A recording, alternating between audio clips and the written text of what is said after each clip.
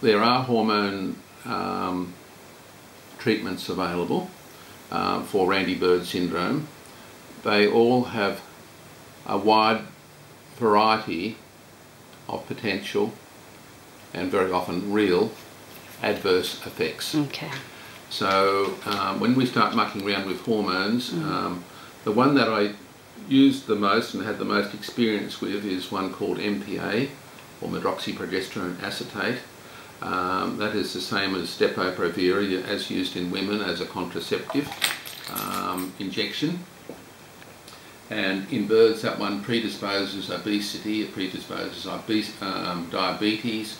The birds become sluggish and lose a lot of their personality, their normal personality.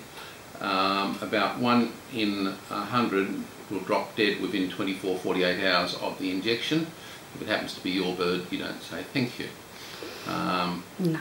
Anyway, it's largely fallen into disfavour for justifiable reasons. However, it certainly works against Randy Bird syndrome for a while. And the duration of effect can be from anything from about 6 weeks to a year.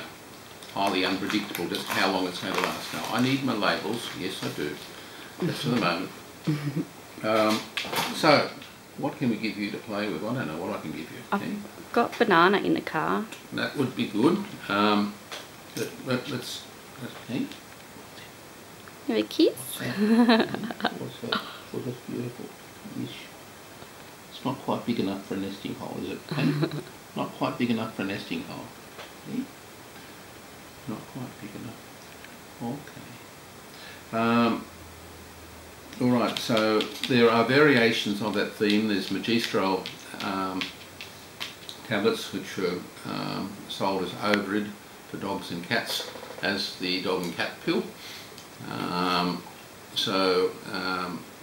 And for modifying behaviour, they can be put in the drinking water, and I can go through all those sorts of things if you want me to, but my preference is to guide you to a mate in line with nature and to try and address the problem in the long term.